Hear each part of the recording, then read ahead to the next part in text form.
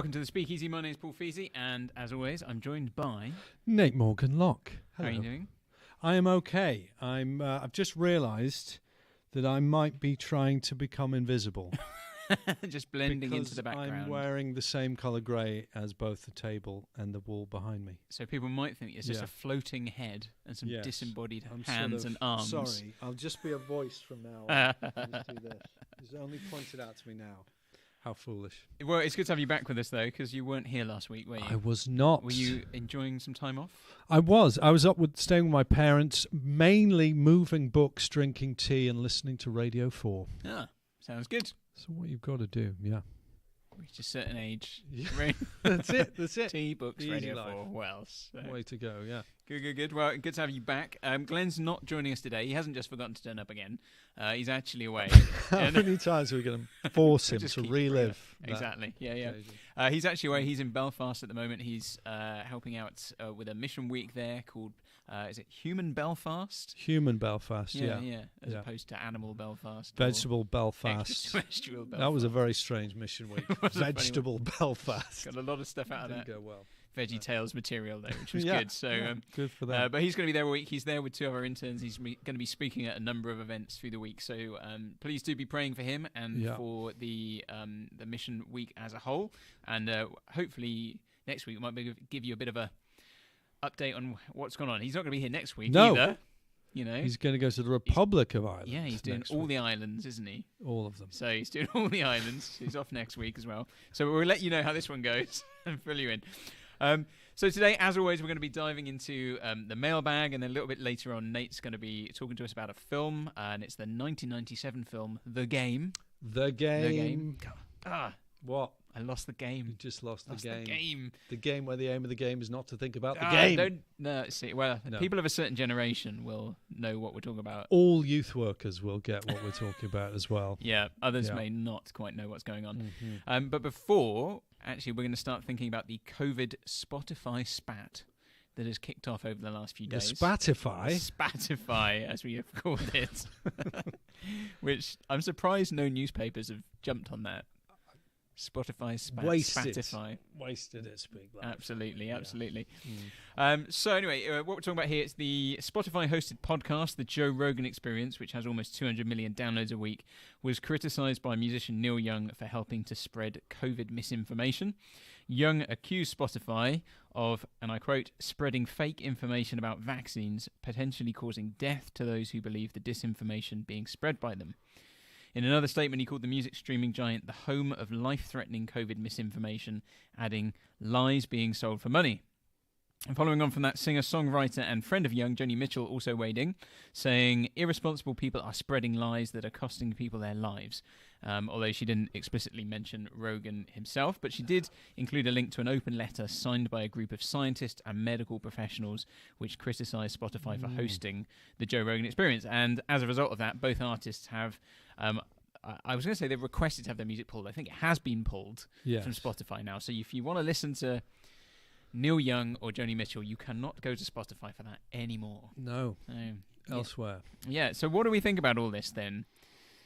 Well, I'm just a bit sick of talking about vaccines, so I didn't really want to talk about it. But it's in the news, and it raises other issues as well about cancel culture and just about being on the same platform with someone and then deplatforming, and that's sort of part of the cancel culture thing.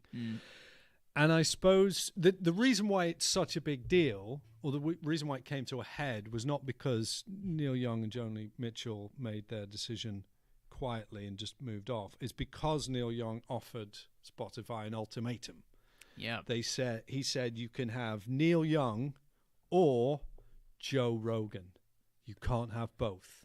Decide now who you want. Neil, and I never thought I was going to have to make that decision. Choose this day. I never thought, exactly. And that is quite a thing, isn't it? That's quite a decision to make. At one level, I think Neil Young, fine. You don't want your music to be on Spotify, whatever reason, whatever. That's fine. Matter but it feels like you've stepped into another territory when you're saying either he goes or I go, because I cannot, with good conscience, have my music being Yep. listened to by people on this platform. And so I think there's nothing wrong with you choosing not to be at something or go to something and saying I'm not going to do it. It's once you're saying, unless, like, you're trying to force the hand of Spotify, and let's be honest, Spotify just want to make money.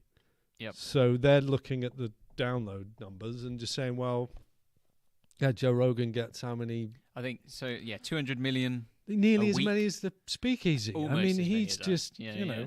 know. So it makes complete sense for Spotify to say, well, we'll just stick with Joe Rogan. Yeah, and that's what they've done. Yeah. Yeah. They've said But very clearly. it wasn't just them, was it? It was Neil Young, who I like. I like lots of his music, you know, Harvest Moon and all the others that I know about. After the Gold Rush, is that the album? So I've liked a lot of his music. Joni Mitchell, couldn't care less. I don't like any of her music. I find Surely it quite you like irritating. Big Yellow Taxi. No, find it What grating. about River? Didn't you do River, that Christmas no. one? Like, whatever. Duh. Not interested. I mean, I'm not really into Joni Mitchell, but I mean, she's got a couple of nice little tunes. That sounds very patronising. You do. She's got some nice little tunes. multi-platinum selling singer-songwriter who's lasted decades. But no, I didn't really care about her. But it's not only them, it's that they have started a bit of a mass exodus, which, and again, I don't want to undermine Neil's girlfriend, the guitarist for Bruce Springsteen. But he's the third one. Yeah. That's left Spotify. So that feels like it's a strange. It's like Neil Young. Oh, wow, that's big. Joni Mitchell. Yeah, heard of her too. Bruce Springsteen. Oh, Bruce Springsteen, his guitarist. And you're like, okay. So, I mean, who knows? It could be a trickle that turns into some kind of. Well, that was some of the. That's what people said. Like, Spotify probably aren't going to care at this stage. Yeah. But there's well, earlier on I said if a Beyonce turned around, and I was actually one of the rebuked. Beyonces turned around. If a Beyonce, a one of the many Beyoncés, I was reprimanded because I was told that apparently Beyonce is like 20 years ago. You know, like, okay, it's not the thing. And I said, well, maybe Ed Sheeran. And again, I was told that no, but Ed Sheeran. But then I looked it up, and Ed Sheeran is the top streamed artist. So I was like, on I Spotify. felt vindicated. Yeah. But anyway, the point was, what if a big artist like that said they go? But the difference, I think, between so some people this whole kind of thing about what kind of things you have on your site. Yes. You know, it's been a thing with Facebook and Twitter and social media. Yeah. The difference, I suppose, between Facebook and Twitter and those things is that they will say, well, we're not publishers. Right. You know, so we don't necessarily have control over what these people say or do or whatever. Which is a bit of a cop-out. Oh, it is a cop-out. It's absolutely a cop-out. The difference here with Spotify between a Joe Rogan and a Neil Young is that Neil Young just puts his stuff on Spotify. Yeah. And, you know, it's there. It's fine. He sends his cassettes in. Sends the cassette tape and in, a wax cylinder. they Yeah. they do it all. But the Joe Rogan experience is actually exclusive to Spotify. They paid him $100 million to be on their platform and their platform only, and to make his show. So they are publishers of that. So it's a slightly different thing that they are putting this forward. So because it's as though Joe Rogan, because it's his guests. Is that right? It's the guests that Joe Rogan has on. Well, two in particular that have caused the thing. There were two particular episodes that came up where he had on guests a Dr. Peter McCulloch and Robert Malone. Peter McCulloch's a cardiologist. So this is from Rogan's response in a video he put on Instagram. And he said, Peter McCulloch is a cardiologist and the most published physician in his field in history. Robert Malone owns 9 patents on the creation of the mRNA vaccine technology and is at least partially responsible for the creation of the technology that led to those vaccines. He goes on to say that both are very highly credentialed, but they have an opinion that differs from the mainstream narrative, and he wanted to hear their opinions. And he said it's those episodes that ended up being labelled as dangerous misinformation. And he said this: the problem I have with dangerous misinformation, especially today, is that many of the things we thought of as misinformation just a short while ago are now accepted as fact. Like, 8 months ago, if you said you can get vaccinated but can still contract and spread COVID, you would have been removed from social media and banned from certain platforms. Now that's accepted as fact. Right. And he says similar thing about cloth masks. You know, he said they didn't work. Yeah. Actually, now people do kind of, some people are saying that at least. Or if you said COVID-19 came from a lab, initially people would have said, oh, that's just a very racist thing to say. But actually, tables have turned and people are like, it sounds like a more plausible, much more plausible explanation. So he said all of those theories at one point in time were banned, were openly discussed by these two men that I had on my podcast who've been accused of dangerous misinformation. I do not know if they're right because I'm not a doctor or a scientist. I'm just a person who sits down with people and has conversations with them. Have I got things wrong before? Absolutely. But I try to correct things if I have done because I'm interested in telling the truth and finding out what it is. I'm interested in having interesting conversations with people who have different opinions. I'm not interested in only talking to people that have one perspective. I think he's quite a remarkable guy, Joe Rogan, really. I mean, he invented podcasts, right? For the first start. There weren't, that might not be strictly true. That might not be true. He is the most successful dangerously podcaster. Could be. Dangerous misinformation. But he's clearly the most successful podcaster. Yeah.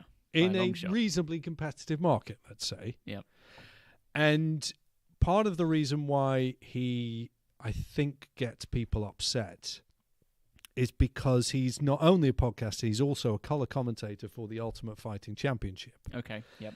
And he looks like the kind of guy who should be the color commentator for the Ultimate Fighting Championship because he's very sort of broad and stocky and got shaven head. And he looks like he's not really one for the books. He's not really one for the library.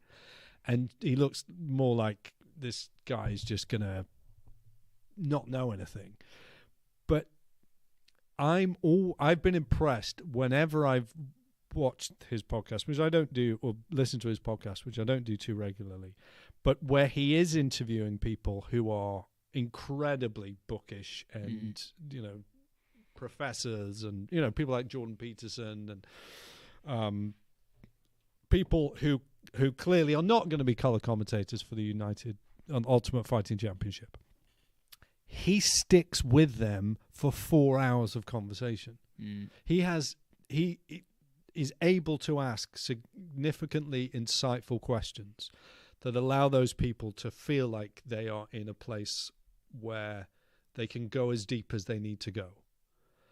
And he's a remarkable man just from that perspective, because I'm not sure most of us could sit and have a conversation with someone for 4 hours and draw out everything or useful things that other people would want to listen to.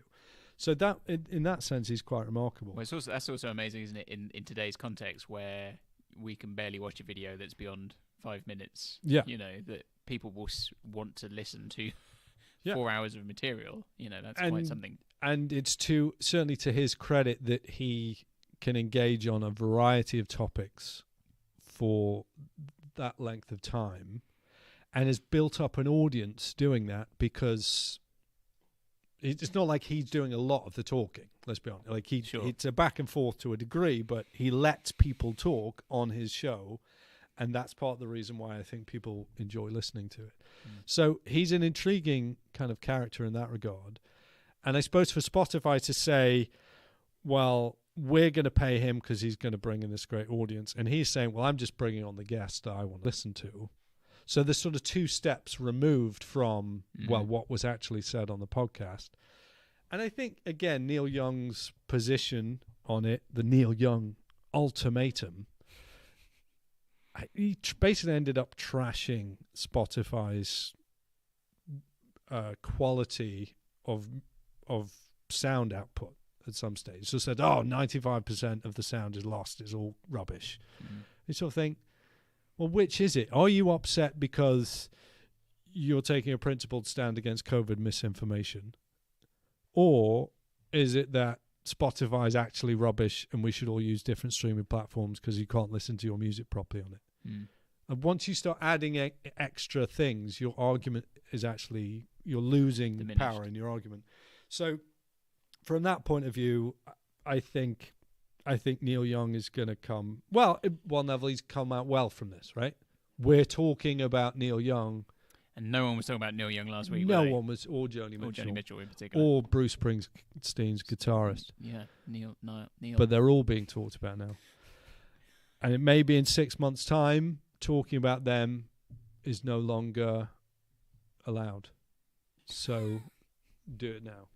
But whatever you say now, you can't say it with emphasis or real conviction, because it might not be true in 6 months' time.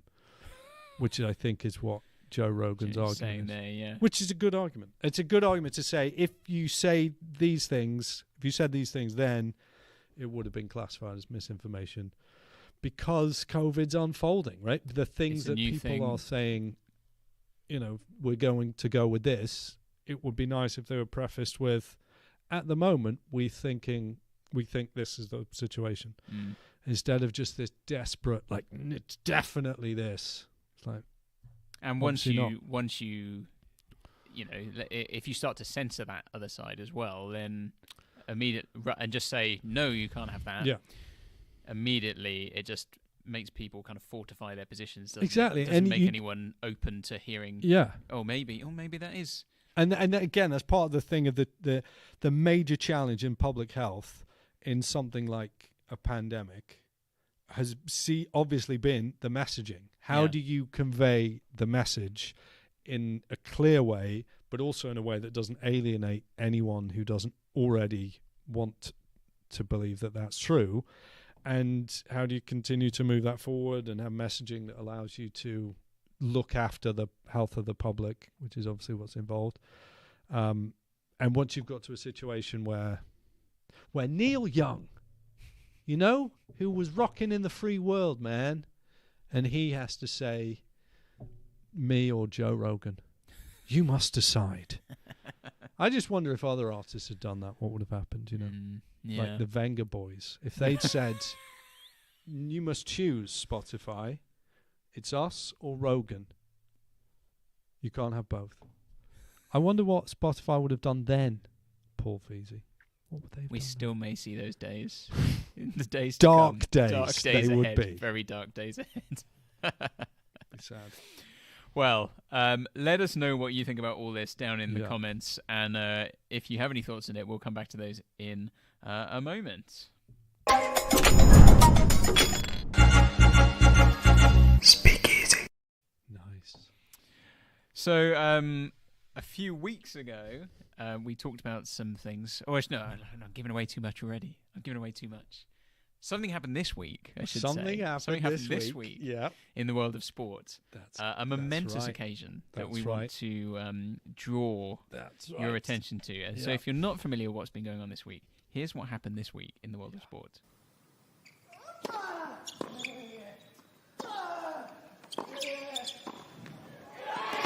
It's 21 for Rafa, and he stands alone at the summit of men's tennis.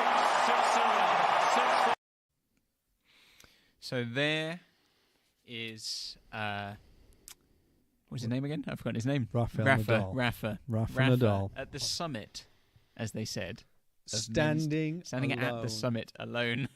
Everyone else. Now you might wonder why we bring this up. Why we go to this? Well, a few weeks ago we had a discussion about Novak Djokovic, and Nate here made some comments that I think it's worth revisiting. Which I don't think needed any qualification. Because I've been vindicated, I think. Been proven right. We shall see. That's exactly it. Here we are. Djokovic. And for all the argument about, who was really the greatest? Well, Federer won all these, at Wimbledon, and Nadal won the French Open every single year. For all those, he's outshone them and outlasted them. He is the anvil, and they are the hammers that have been spent. Yeah. And there's I think it's a conspiracy. I think Rafa Nadal and Roger Federer have worked together to sabotage Djokovic. You heard it here first. That's what's going on. This is the truth will out. Yeah. Wow. And you'll see. You'll see. You'll see what's going on here. And now we have seen the truth has will out. That's it. And I said what would happen. Why was Djokovic not going to be allowed to play? Because Nadal and his evil henchmen have been working in an international cabal to stop it happening, and that's it. And did you see the message from Federer as well? He sent him a really nice message that said, "I'm so proud of you. You're really good. You're good at that tennis, and well done. You're a great competitor." I thought, yeah, Roger, that's it, isn't it? Yeah, Roger, we know what this all is. Yeah. But when you said it, some people were like, "No, he's crazy." Didn't they? Some people said he's crazy. Others said, "We'll hear more on this." Yeah. Yes. But here we are. So. But down 2 sets as well in the final, and then he comes back against Daniil Medvedev, right? Who's just won the U.S. Open, having beaten Djokovic. Ridiculous. 21 Grand Slams, and he's won multiple at each one of them. Most of them at the French Open, granted, but now 2 Australian Open titles for Nadal. There you go. Can't argue with the facts in front of your eyes, can you? No, really? But I did also say that I thought at match point Djokovic was going to break into the Arthur Ashe Arena or whatever it is, and with a steel chair, but that didn't happen. I don't get everything right. I'm sorry, SpeakEasy audience, but do my best. Yeah. Well, let us know. Let us know what you think about all that down there in the comments. Actually, there we go. So actually, Samuel Tunnicliffe. Oh yeah. Has just said nah, but the Nadal cabal is still real though. This is like he won't be convinced, but he's also but he still thinks it's real. Convinced. Yeah, that's what I like. Yeah. So confusing, all of this, isn't it? No. It's going to come up later on as we go deeper into the truth and ask what is real and what is not. Yeah. Okay. But wait for that in the final bit when we do the movie. Don't jump in too soon. Yeah. One thing we flagged up last week was another video of ours that actually was, I think, released on Friday, and we showed you a little clip last week. It was Glenn interviewing Andrew Sachs when they discussed his new book called Agnostics, Are You Sure? Or did they? Sorry, I'm being very annoying. See what you did there. Very just good. In a slightly irascible mood. So that video is out now. Yes. And you can watch it on our YouTube channel. I'm going to pop a link down in the comments there for you to go and find that, because it is worth looking at. And Andrew Sachs is a great guy. He's written a couple of books, hasn't he? He's done a couple of great books on understanding the Bible, digging deeper, and digging even deeper. Deeper. And that's not the title. I've just made that up. No, it is Dig Even Deeper. It is. Okay, yeah. Okay. Dig deeper, dig even deeper. Okay. Yeah. Wait for the third. What's that going to be? So digging the deepest. down, deeper and down, right there. But someone's commented on that video from Friday, Dave GJ. He said, Andrew is in the top 5 nicest people I've ever met. And with his brain, I'm so glad he's written this book. It's really easy read that makes lots of good points. So there you go. That's great endorsement of the book. There you go. I've met Andrew as well, actually. I went skiing with him a long time ago. Okay. But we're not like buddies or anything. Skiing friends. It was like an Oak Hall. Not Oak Hill. Oak Hall. I was getting confused. Okay. Oak Hall yeah. skiing trip. And they always have a speaker. And he was the speaker back in like 2007. So we went to Switzerland on a coach for it took like a day. And he was the speaker. He was very good. So nice guy. And is he a good skier? No, well, he's not a good skier because I think he did a day and decided it wasn't really for him. Oh. And so he stayed with because unfortunately on the first day there was a lady We're getting right into the heart of things. Andrew Sachs' skiing ability. Yeah, but this lady on the first day she fell over on the nursery slopes and broke her hip. So I think Andrew spent a bit of time with her. Okay. As well as just with those who were less inclined. Actually, one of my friends was there and she was pregnant, so she didn't want to ski, so she did a lot of walking. So I think there was a group who walked as well. Wow. Andrew did more of that. So I want to know more about this. Ask more questions. I've got some videos. Because I want to know some photos I can share. More about your skiing ability. Are you a skier or a snowboarder? I've never snowboarded. I was a skier. Yeah. Okay. I've only been twice. And the last time I went was like 2007, so it's been a while. But we went to that place in Switzerland. There's the on Her Majesty's Secret Service. They filmed at this big revolving restaurant at the top of a mountain that you can only get to by cable car. And that's in Switzerland. And we went there, skied down the old Black Run there. So You skied down a Black Run? yeah. Well, you're not bad then. I mean, I might have fallen down some of Okay. it. I don't know. I went on a rival Christian ski holiday week. Other ski holidays are available. And I was speaking at one, and I did snowboarding because I thought, I want to be cool like the snowboarders. And I had a very good friend who helped me down the slopes, was very patient, and I was terrible. I was absolutely rubbish, far too tall. I mean, that's my excuse, but yeah. But it is quite hard, I think, for snowboarding, from what I hear. I think we should have a skiing competition for the Speakeasy. That'd be good, wouldn't it? Next week, in here. Next week. Because the Winter Olympics is coming up. We're going to have to, we'll talk about the greats like Shaun White, the snowboard half-pipe guy. He's like on his, and the other one. The others. Eddie the Eagle. Edwards and the curling will be on. It's gonna be interesting. You know, actually, the secondary school in my town has quite a big curling team. They're like curling champions or something for Sussex. I don't know. Good. So we're speaking far too easily. We're getting right into it now, into the deep stuff. But anyway, last week when Glenn and I here, we talked about vaccine mandates. Vaccine mandates, Christian love, Christian freedom, and with Glenn, off the back of Glenn's tweet about being anti-vex. Yes. And a few people commented on that. Glenn kind of said, I think at one point, I think this is what prompted this comment. Glenn had said, sometimes it's good to get outside of our echo chamber. And I think perhaps some people took it as it was pointed more at the side who are perhaps vaccine hesitant or against it. Okay. So we did have a comment. Someone said to us, if you guys are as young and healthy as you look and got 3 vaccines, then you might want to look at your own echo chamber. Just saying. Sorry, you guys are as healthy as you look. Thank you. And you had three vaccines. Yeah. 3 jabs, whatever it is. You might want to look at your own echo chamber. So I think what they're insinuating is, like, you guys have just fallen hook, line and sinker. Look, you're young and you're healthy. I see. And you're... It's nice to be considered young and healthy. Good for you, man. Yeah, quite pleased with it. Yeah. But so why? I mean, surely looking at your own echo chamber is the problem with an echo chamber. Go on. Well, because it's an echo chamber, so it's sort of looking in. Like you need to look outside the echo chamber. Yes. Maybe it's probably. I'm sure that's what they meant.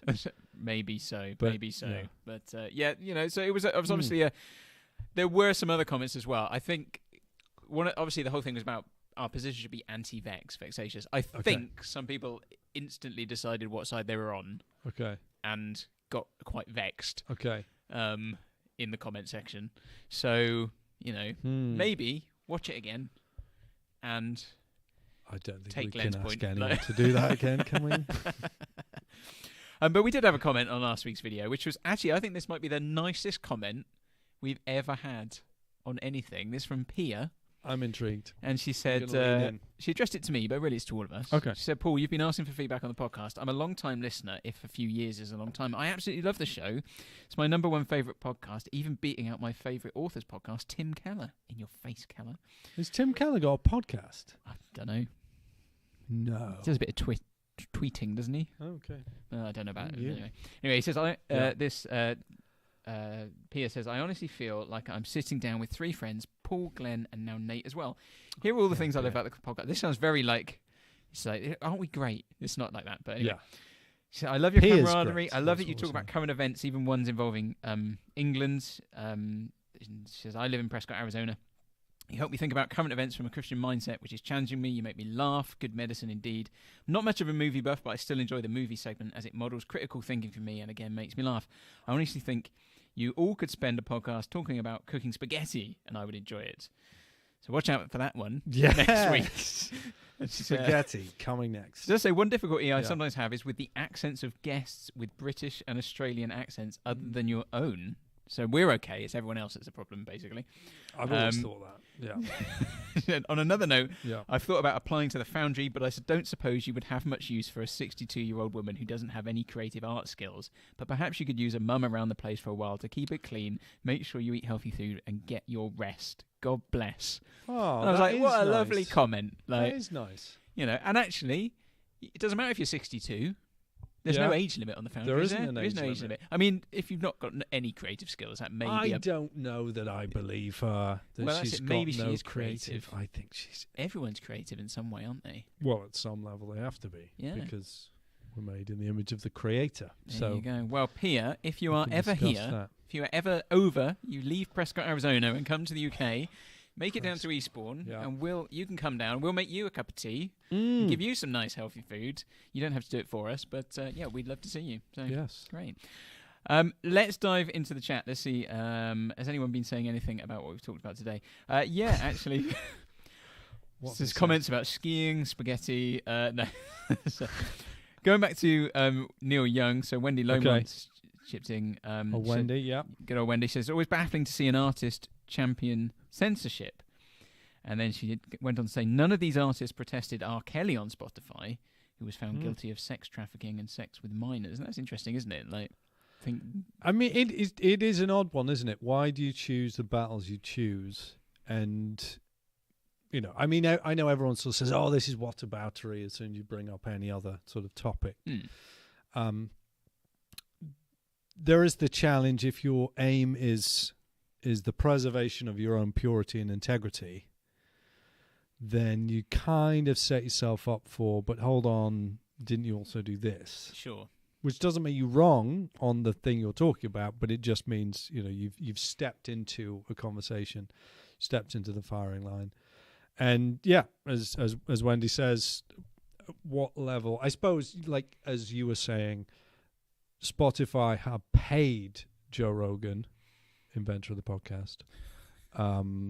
They've paid him $100 million for the exclusive rights, whereas R. Kelly's music and other artists with outrageous, personal lives are presumably just being hosted at some point. But again, it's not exactly, a problem, is it? I mean, this could come up in the, Winter Olympics thing, isn't it? How many people are kicking up a fuss about the Winter Olympics being held in China based upon, the treatment of Uyghur Muslims, and who's ready to go with that, and the issues around the Australian Open, and there's a Chinese tennis player who there were major concerns about her well-being and whereabouts towards the end of last year. And I'm not sure that those things have been entirely resolved. No, so I think still questions around that. I appreciate claims that people could make of whataboutery, but if it's integrity, it's integrity. It's a big thing. Well, keep those thoughts coming. Keep putting them down in the chat. And if you're watching this afterwards, do comment down below as well. Each week we've been running a segment at the tail end of the show where we've been looking at a film and thinking about what we can take from it and kind of having a bit of a discussion. And it seems people have been enjoying those conversations. Sam James on email, he said, I wanted to ask a question about Nate. When did he start analysing films? All of your insights have been really helpful, but Nate seems to talk about films like they're siblings or something. Never heard someone pick apart stories and characters so fluently. So when did you start? But I think also kind of what he wants to know is a little bit about kind of how on earth did you do this? So I was orphaned as a child and raised by a Blockbuster video store, and that's what happened. None of us can choose the hand we're dealt, but for me, it was certainly being raised. No, that's not true. I suppose I have no. I don't know how to answer this question because I'm not sure that I can say, oh, here's 3 questions I ask of every film. Yeah, because I don't. Or here's like the technique I use to kind of try to work out what's going on in a film, because I kind of want the film to show itself rather than coming with some kind of set of categories I'm going to impose upon it. So I suppose that's a conviction that allows each film to be understood on its own merits, each story to kind of be understood on its own terms. And then the conviction that, the Bible is true and we live within the truth of the Bible, and therefore everything can be understood in regard to what God has revealed of himself in Scripture and obviously in coming to earth in Christ. And so because I have those two convictions that stories are valuable and meaningful and ought to be taken seriously, and that the real truth is that, from Genesis to Revelation, and we sit inside that, I'm always looking for parallels because I'm expecting to find them. Yeah. And I'm expecting to find a correspondence between the two things. But yeah, I mean, that's probably the only way I can sort of, but some people do have, like, we sit down with, the other thing to say is I do the Popcorn Parenting podcast with sitcom writer James Carey, friend of the Speakeasy. And we've done that for a couple of years. We need to do some more episodes on it. But again, lots of people have got in touch and said, when I sit with my kids, I have this worksheet and it's got these 4 questions for the kids to ask of the film, and that I use that as the basis for a conversation. And maybe that works for you and great and good for you, but that's not how I'm thinking about it when I'm watching a film. Yeah. I know, like, someone like Ted Turnow. Yes. Ted Turnow. Yeah. Turnow. Yeah. Who wrote Apologetics. Yep. Engaging kind of with popular culture stuff. I mean, I think he has a kind of, I'm not sure the details, but I think he has a kind of rough framework of something like, what's the thing as I watch this? Where's the good stuff? What's the good kind of thing that correlates with the gospel stuff? What's the distortion of that? So, and I think sometimes stuff just leaps out at you, doesn't it? Sometimes you're not really sitting there particularly thinking about analysing what you're watching. Yeah. But sometimes something is just very obvious. You watch it and you go, well, that's complete antithesis or whatever. Other times, maybe it's a bit more of a concerted. And I think if you take the film seriously or the story seriously, and you take storytelling and filmmaking seriously, then you're not only thinking what is the basic story here, but also how is it being told, and why is it being told in the way that's being told, and just thinking about it, reflecting on it, talking to other people about it. Sometimes I'll write sort of notes up on something because I want to kind of try to navigate it. So all that to say, no idea. You can't teach this. Who knows if it will continue? There is no. Remains to be seen. Yeah. Last week, Bianca Hopcraft, we talked about the talented Mr. Ripley. Bianca Hopcraft commented. She said she'd also seen the film, and she said she found the whole thing agonising. But she said it reminded her of a quote by Tim Keller, which I think I've got a screenshot of here. Yeah, she said, Keller says, to be loved but not known is comforting but superficial. To be known and not loved is our greatest fear. But to be fully known and truly loved is, well, a lot like being loved by God. It's what we need more than anything. It liberates us from pretense, humbles us out of our self-righteousness, and fortifies us for any difficulty life can throw at us. So I thought that was a really good quote that kind of tied in well with the stuff we talked about last week about the talented Mr. Ripley. That's a good line. So worth going if you've not seen it. Worth going and having a look at it. It's a bit of a hard watch, but it is worth a look. So we're talking about another film today.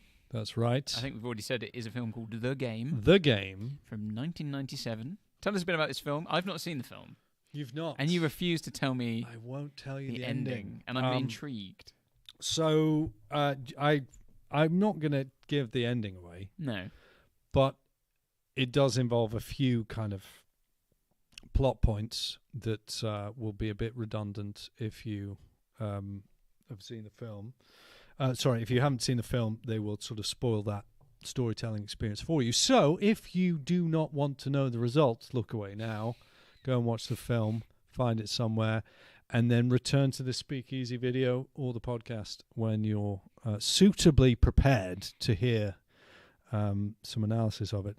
So basically, it is a film directed by David Fincher, who is well known for other things like Gone Girl or Fight Club.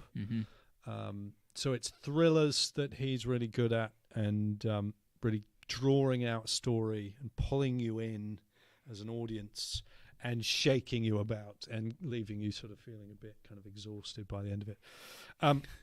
Much like these discussions. Much like every episode of the Speakeasy. I should say the connection between Oh yeah, there had to be a link. the film. There. So the rules for this are that there has to be a connection, whether it's cast or crew, between the previous film discussed and the next film discussed. And so my connection between Talented Mr. Ripley and the game is an actor named James Rebhorn, who plays Jude Law's dad in The Talented Mr. Ripley. What was the family called? Green something? Greenleaf? Greenleaf. So he plays the Greenleaf. Daddy Greenleaf. Daddy Greenleaf. To Dickie Greenleaf. And he plays a character called Jim Feingold in the game.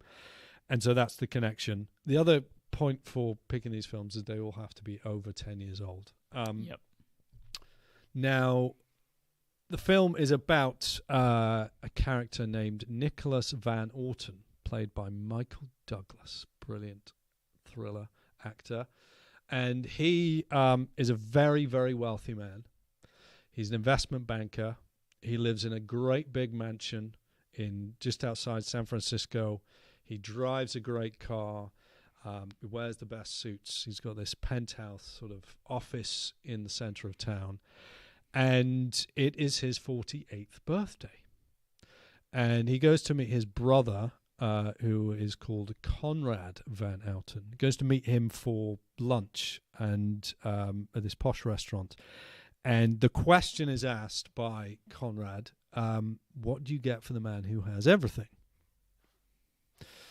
And given that he is a man who not only has everything, but is in control of everything he is involved with because he's so wealthy and powerful, what can you give that man which will genuinely be a gift, something that he wouldn't otherwise have? Yep.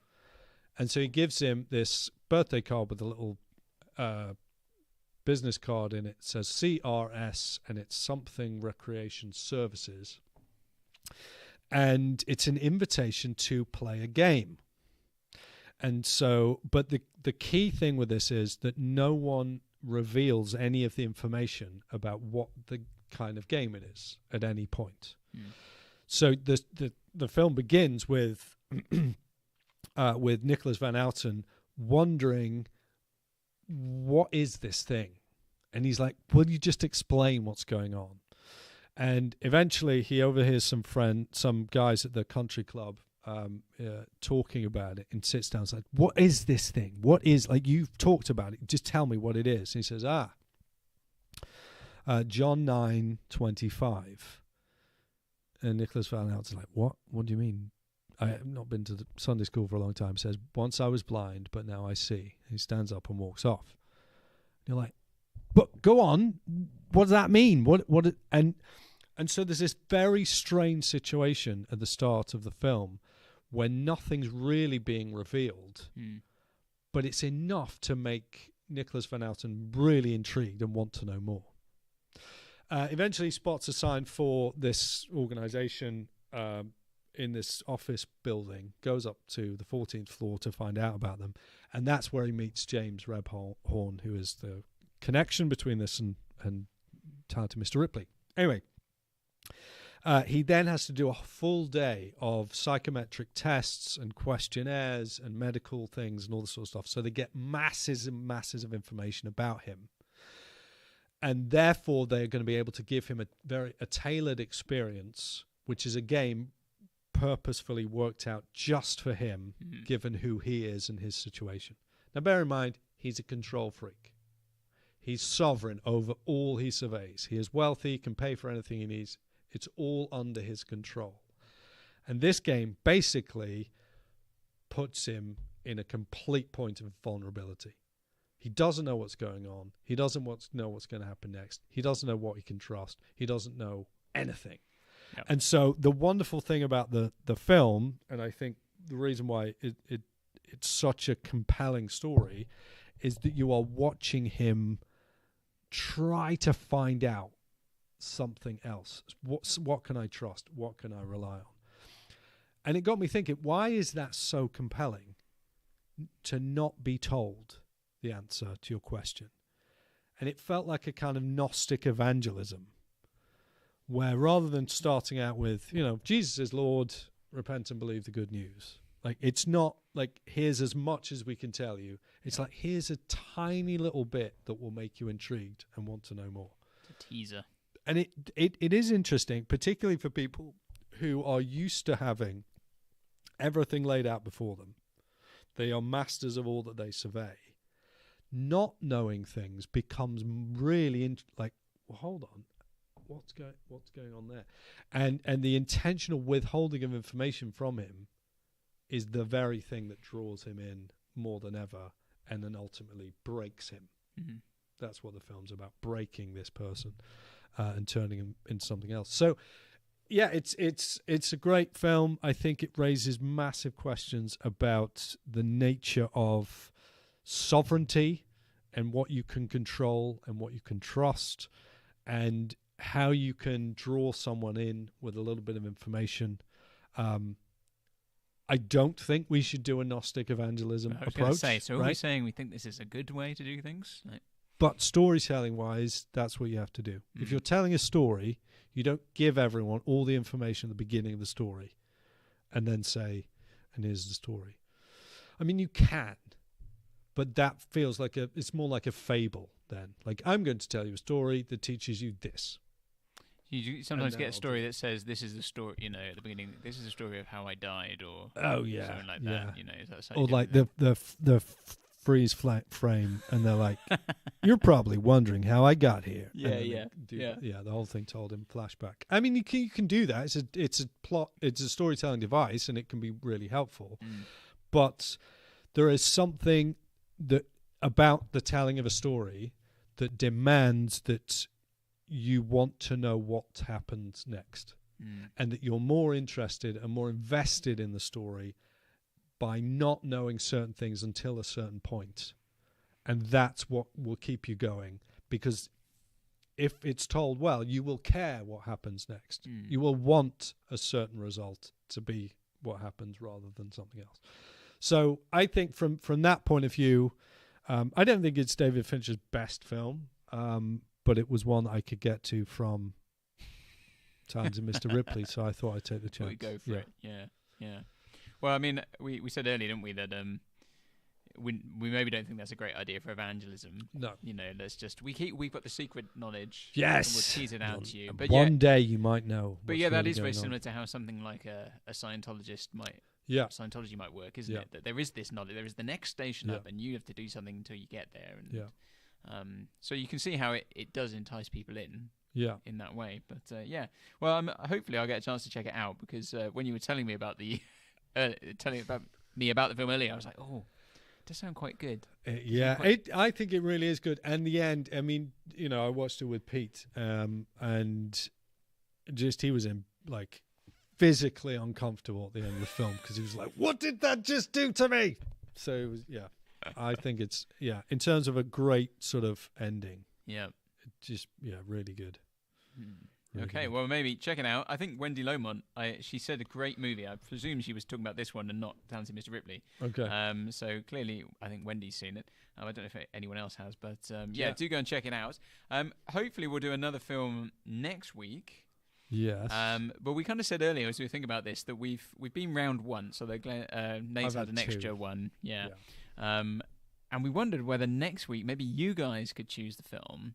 Now, what we haven't thought about is, does it still have to follow the rules we set? Obviously. So it has to be... Because you can't just throw it out we the window. did get some people saying, I've had 2 people this week say, why are they all boys' films? Yeah, that's a strange comment. And they suggested, these were both females, they said Legally Blonde and Dirty Dancing, which... And to be fair, if I was watching, like my wife wanted to come and watch the game, I said, no, it's a boys' film. No girls allowed to watch this film. Boys only. That's the rules. So we want something that's going to even it out, do we? So.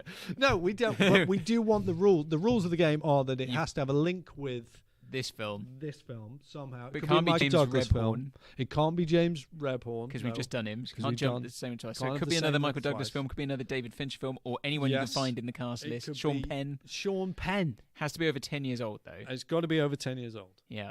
And then we'll have a look at it. So if you want Legally Blonde and Dirty Dancing. Yes. You've got to find a link now to get you. What's the shortest Yes, possible route how you many can take? steps? Let us know in the comments. That's a game in itself. How many steps to get from Yeah. the game to Dirty Dancing or Legally Blonde? Either or. I'm happy to go with either. So There are people on IMDb right now trying to solve that furiously conundrum. typing, searching. Get it done.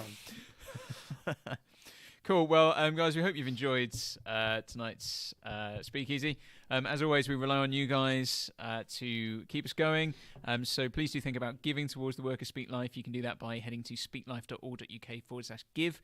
And there are various ways to give on there. And if you do that, you can join us on the Discord server where you get to have even more conversation like this. And or if you've not really enjoyed this, it won't be anything like this. It will be much more highbrow and I'm going to insist that Paul adds all his skiing photos from his holiday. I'll be uploading pictures of Andrew, all kinds of bits and bobs. That's that behind the scenes bonus content there. So yes. So guys, thanks for joining us. And we hope you enjoyed it, and we'll see you again next week. Take care. Bye-bye.